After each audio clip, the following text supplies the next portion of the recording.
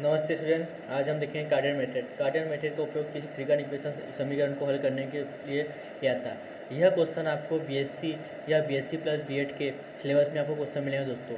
यह परीक्षा के माध्यम से सकते दोस्तों। तो देखो दोस्तों, हम आपको इक्वेशन यहाँ पर दिया है त्रिकोण इक्वेशन एक्स की power 3 minus 18 x minus 35 equal 0। Solution इसका दोस्तों ये होता है कि दिया गया इक्वेशन निम्न है। हमें दिया गया इक्वेशन क्या है? एक्स की power 3 minus 18 x minus 35 equal 0। Equation number से 1 मानते हैं। अब इक्वेशन माना कि इक्वेशन का हल, माना कि समीकरण का हल, समीकरण का हल क्या पर यहाँ पर क्या होगा?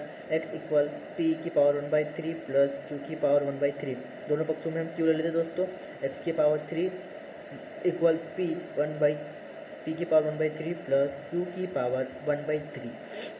एक फॉर्मूला होता है, सूत्र क्या होता है कि a प्लस बी का होल क्यू इक्वल ए का क्यू प्लस बी का क्यू प्लस 3ab इंटू ए प्लस बी। ये होता है a प्लस बी का क्यू इक्वल में हम एक्स क्यू रखेंगे और ए क्यू के इक्वल में पी की पावर 1/3 और बी के इक्वल में रखेंगे क्यू की पावर 1/3।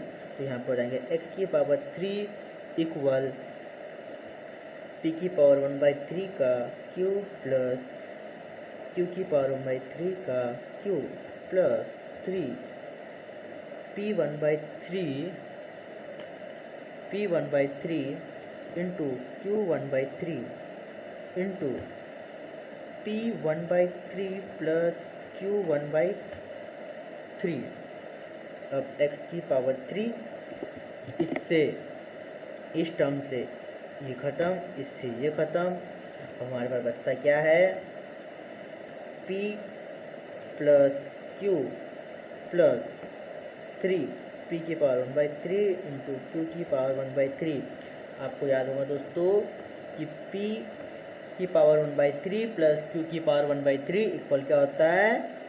एक्स होता है दोस्तों। ये वाली टर्म एक्स होता है, तो हम यहाँ पर इसकी जगह हम एक्स लिख सकते हैं, कोई प्रॉब्लम नहीं दोस्तों। अब हम सिंपल दोस्तों इस टर्म का जब पक्षांतर करते हैं तो एक्स की पावर 3 माइनस 3 पी की पावर 1/3 इंटू क्यू की power 1/3 x minus P plus Q equal 0। Equation number 2 ले लेते हैं। इक्वेशन नंबर 1 व 2 की तुलना करने पर, 1 व 2 या 2 या 1 की तुलना करने पर हम इसकी तुलना करते हैं एक्स इस टर्म एक्स गुणा, देखो एक्स क्यू और एक्स क्यू और यह एक्स क्यू, ये वाला एक्स क्यू से गुणांक में कुछ नहीं है तो हम कुछ नहीं लिखेंगे। माइनस इस एक्स क्यू और ये एक्स क्यू गुणांक में क्या है? इस एक्स क्यू के गुणांक में माइनस 3 पी की पावर 1/3 इंटू क्यू की पावर 1/3 इक्वल यहाँ माइनस का 18 और सेकेंड टर्म में क्या है?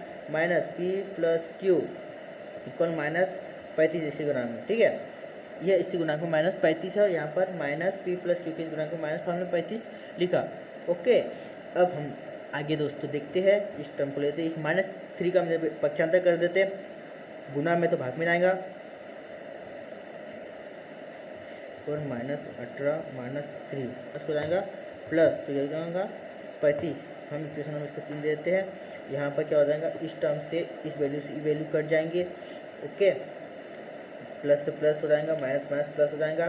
तो पी की पावर 1/3 इंटू क्यू की पावर 1/3 इक्वल 6 बचेगा और P plus Q equal 35। Equation number इसको इक्वेशन टर्म क्या लेते हैं दोस्तों? देखो यहाँ पर हमें दिया हुआ है कि P 1/3 इंटू क्यू 1/3। हम यहाँ लेके चलते हैं कि P 1/3 इंटू क्यू 1/3 इक्वल 6। इसको लेके चलते इस टर्म में, तो इस टर्म के हम दोनों और क्यू ले लेते हैं।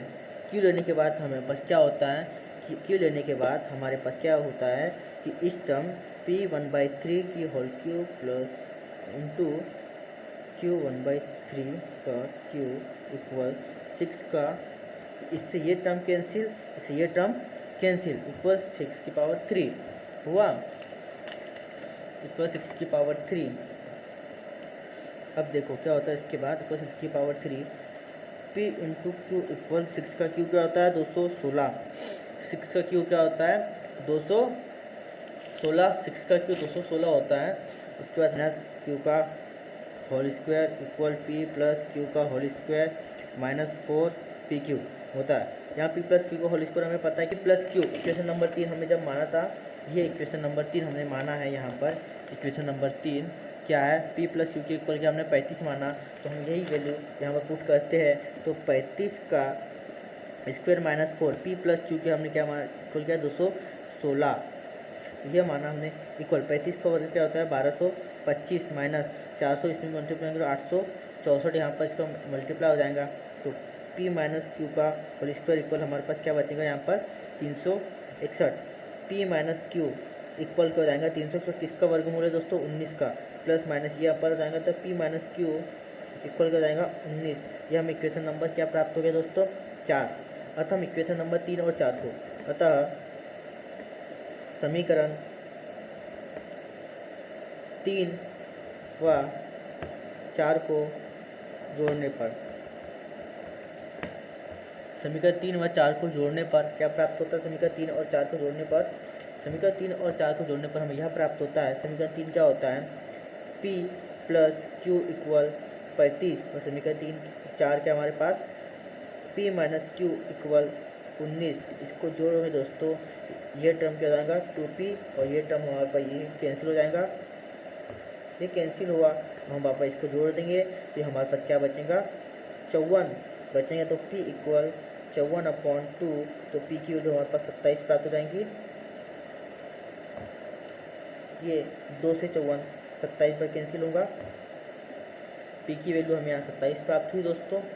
और इस p की वैल्यू को हम समीकरण नंबर 3 में रखते हैं दोस्तों। p की वैल्यू को p का मान समीकरण 3 में रखने पर, p का मान समीकरण 3 में रखने पर, समीकरण 3 क्या है हमारे पास p plus Q equal 35, p plus Q equal 35। तो p plus Q equal 35, p की वैल्यू हमारे क्या है 27 प्लस क्यू इक्वल 35। तो ये 75 कर दो, q इक्वल 35 माइनस 27, तो q की वैल्यू हमारे पास क्या हो गई 8, q की वैल्यू 8 और p की वैल्यू हमारे पास क्या है 27 है। p1/3 के संगत मान निकालना है, 8 p का निकालना है। तो p का p इक्वल क्या 27, 27 किसका घन है 3 का, 3 ओमेगा और 3 omega square, omega square. Omega क्या है दोस्तों यहाँ पर, ओमेगा एक घन इकाई, ओमेगा इकाई का घन मूल है। तो q1/3 के संगत मान, जहाँ पर q का मान क्या है, q इक्वल 8 है, तो q किसका घन है 2 का, 2 ओमेगा स्क्वायर इंटू 2 ओमेगा। अब आपके क्वेश्चन यहाँ पर आएगा, देखिए सर जी क्या 3 ओमेगा इक्वल लिखा, 3 ओमेगा अपने पहले लिख लिया यहाँ पर कि पहले हमने सॉल्यूशन में हमने पहले यहाँ पर ओमेगा ले लिया है, तो हम यहाँ पर ओमेगा स्क्वायर लेंगे, यहाँ पर ओमेगा स्क्वायर लिया तो यहाँ पर 2 ओमेगा लेंगे दो वाले को, ठीक है। हाँ तो दोस्तों इसके बाद हम कुछ यहाँ प्रॉब्लम ओमेगा का वैल्यू क्या होता है -1/3 प्लस i√3/2 और ओमेगा स्क्वायर की वैल्यू होती है -1/2 माइनस i√3/2। अब हमने जो x के इक्वल हमने क्या माना था कि p की पावर 1/3 प्लस q की पावर 1/3 की इक्वल रखेंगे। पहला संगत मान हमने क्या माना 3 और p का पहला संगत मान क्या था 3 प्लस q का संगत मान पहले क्या है 2 इक्वल, दोनों क्या हो जाएंगे यहाँ पर 5। पहला p का संगत पहला x इक्वल क्या निकल गया हमारे पास 5 निकल गया। अब दूसरा x इक्वल p का दूसरा संगत मान हमने क्या मानेगा 3 ओमेगा माना है, और यहाँ पर फिर 2 ओमेगा का स्क्वायर माना है, प्लस 2 ओमेगा स्क्वायर लिया यहाँ पर x equal 3 omega plus 3 into क्या माइनस ओमेगा, ओमेगा की वैल्यू क्या है -1/2 plus i√3/2 plus 2 omega square की वैल्यू क्या है -1/2 माइनस आई अंडर 3/2 यहाँ पर है। तो x इक्वल यहाँ पर हो जाएगा -3/2 प्लस आई 3/3/2 प्लस यहाँ माइनस ले लेते हैं -2/2 माइनस आई, ये हो जाएगा 2/3/2 हो गया, √3/2 हो गया ना। में लेते हैं तो एलसीएम लेने के बाद हमें x इक्वल क्या बचेगा -5/2 मिलेगा, और इस टर्म को माइनस कर देते हैं तो हमें क्या बचेगा प्लस का i √3/2, ये हमें x इक्वल -5/2 प्लस i √3/2, ये हमें x की एक और वैल्यू प्राप्त हो गई दोस्तों। अब दूसरी हमारे पास x equal 3 omega square plus 2 omega square हमारा नेक्स्ट है। यहाँ पर वैल्यू देंगे देखो x equal 3 into omega square की वैल्यू क्या है दोस्तों -1/2 minus i √3/2 plus 2 -1/2 plus i √3/2 हुआ ये।